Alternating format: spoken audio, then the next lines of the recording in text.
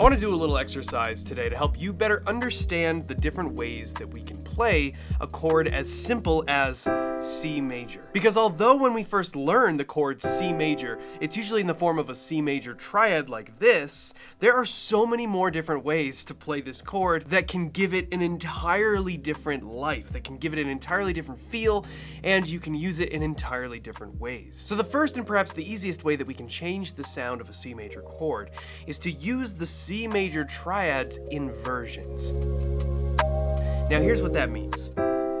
When we play a C major triad, this is called its root position. And we have a C on the bottom, that's our root of the chord, that is the home base of the entire chord that we're playing, right? We have an E in the middle, and we have a G on the top. So the three notes that we're working with are C, E, and G. Now, the inversions of a C major triad simply ask the question, what happens when we take the note on the bottom and put it on the top?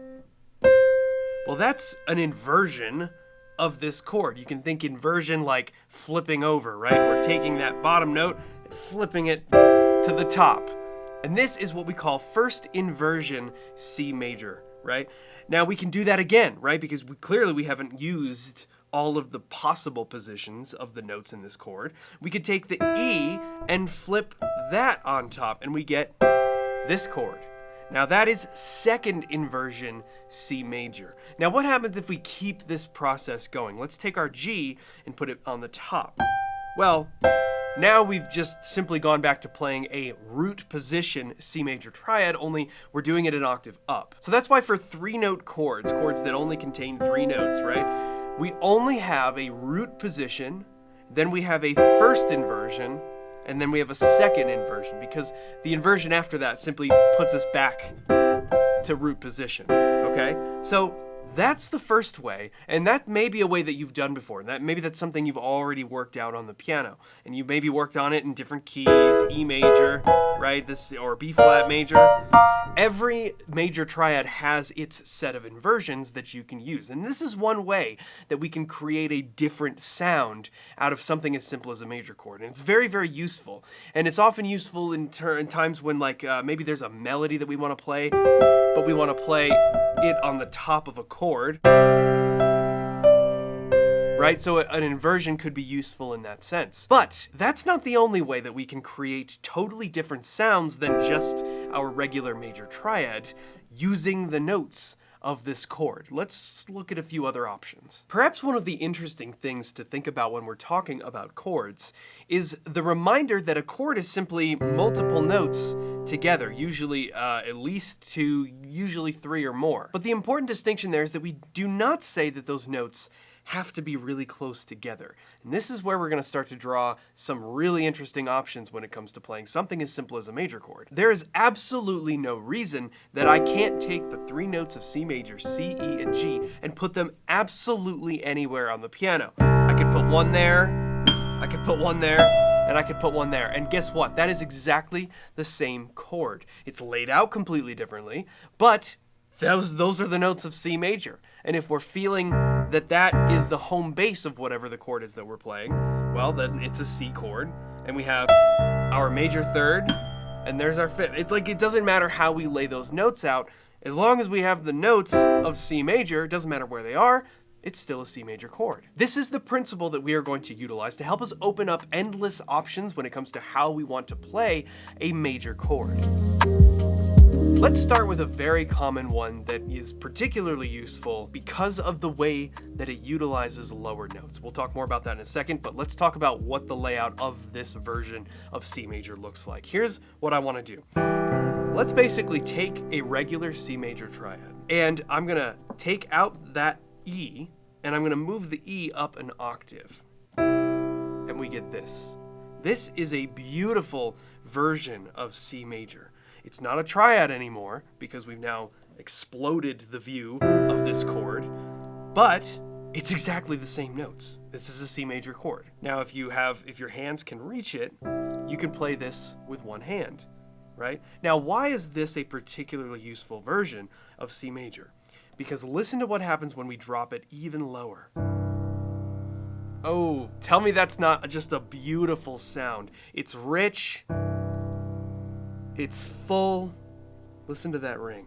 That is a great, great voicing of this chord, right? Now, one of the reasons why this particular voicing works so well is because when we are down lower on the piano, we don't want to keep our notes very close together because it creates what we might consider to be a muddy sound, right? That sounds like this. If I were to play a regular triad, see how that just doesn't sound good. There's too much going on. There's just too much rub. There's too much noise in the chord. There's a lot of it's rattling around. Yeah, it just doesn't sound good at all, right? But when we take that E and we move it up an octave, we spread those sounds out. We give these lower notes room to vibrate. We give plenty of space for the frequencies not to counteract each other or not to get in each other's way, right? And this sound is just beautiful and rich. That's a great way to voice a C major chord, especially down on the lower end of the piano. So this is a really great one. You can do it with two hands, you can do it with one hand if you can reach, right? So that's a great way to voice C major as well. And remember, we still haven't done anything different than the notes that we originally used in a C major triad. We simply have spread them out. Another way that we can uncover a lot of options in how to play just those notes of the C major triad is to almost look at it like your two hands are going to separate, and we're going to play a root down low, and then up here, we simply have two notes left. We have E and G, and we can kind of do whatever we want with them. We could just play the E and G almost like they are in the triad, right? But with our root dropped down an octave, or maybe even 2 octaves. Both of those sound very good, and it starts to sound a little bit like we have a chord and a root note, and they're separate. They're two separate things, right? But it's still just the notes of C major. It's just a C major triad, essentially. We've just moved all the notes apart and we're playing them in different places on the piano. What if we then flip the E up an octave? Let's try this one. This is an interesting sound, right? Because we're spacing these notes out to the point where they start sounding pretty independent. Does that make sense? It's still a C major chord, but they're awfully spread apart. Now, let's go back to the last version that we played. Let's drop this down an octave. That's exactly what that is. So, this beautiful sound that was full and rich and had just the right frequency rubs, all of a sudden when we move that unit up by an octave, it changes the vibe entirely. Now it feels much more sparse. It's not nearly as rich. It almost feels like it's missing something, right? Like if we started adding additional notes of C major, meaning instead of just playing one C, one E, and one G, we could play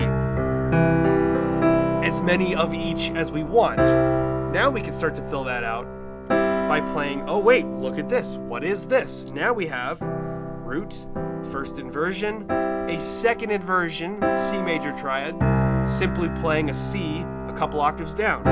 That's it. Well, wait a second. If we can just start adding other notes from that C major triad, multiples of each note even, well, doesn't that mean that we could play something like this?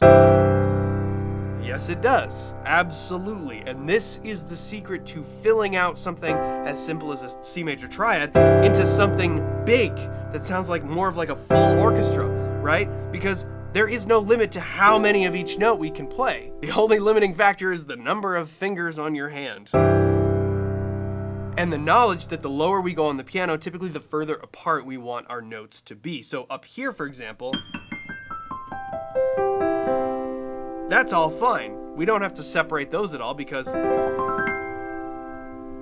ring is beautiful there. We're not creating any weird muddiness or frequency rubs. Versus if we go down here, that's still fine, but then, whoa, all of a sudden,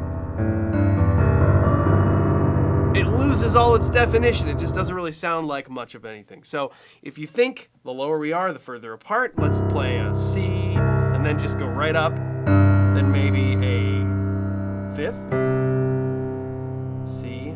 Now we can start. Well, we've just laid out every note that sounds okay to play, especially down here, right? In C major on the entire piano. So if you think about it, any combination of any of the notes that we just played at any given time still makes C major.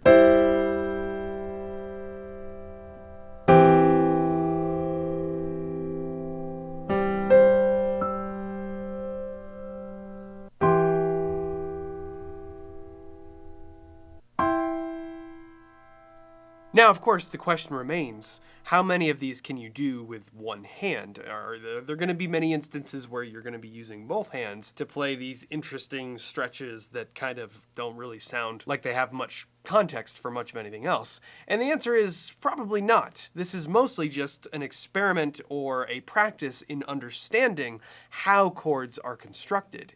We are not limited to simply playing the chords that we learn as a triad or inversions of that triad. This is kind of an endless opportune process that gets even more interesting when we add more notes. Because once we start adding more notes, the exact same principles apply. We're gonna be limited if we only have C, E, and G to work with. Yes, those are the notes of C major, but that doesn't give us a lot of opportunity to play very elaborate versions of C major, maybe with a 7th, or a 9th, or a 6th, or different additions to that chord. But the important thing to learn is that we are going to apply this exact same thought process when we start talking about more complex chords. And as we do, you're going to start realizing that creating chords on the piano is an endless opportunity for creating unique sounds and ways of voicing any chord that speak to you. In an upcoming video, we're going to dive into that process of expanding the notes that we're going to play in a chord and how this exact same thought process can lead to some pretty incredible ways to play chords on the piano. So stay tuned, keep an eye out for that video, subscribe to Better Piano if you haven't already. Thank you so much for watching this video, and we will see you next time.